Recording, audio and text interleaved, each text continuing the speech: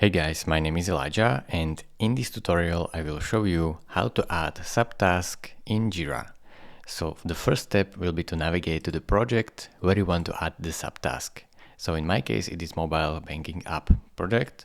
Now in order to add a subtask, you will first have to open the task you want to. So I want to open the first task right here, and here I want to add a subtask, but in Jira there is no subtask name. You have to click on this plus icon to add or create related work, and then click on create child work item. You can also use shortcut Shift C if you want. So click on create child work item, and now as you can see it is a subtask. So what needs to be done? Click on or type in, let's say, search through edited videos. Now click on create right here, and the subtask should be created in no time.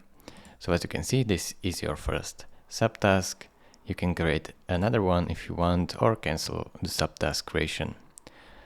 Now if you want to add another subtask, just click on this button down here.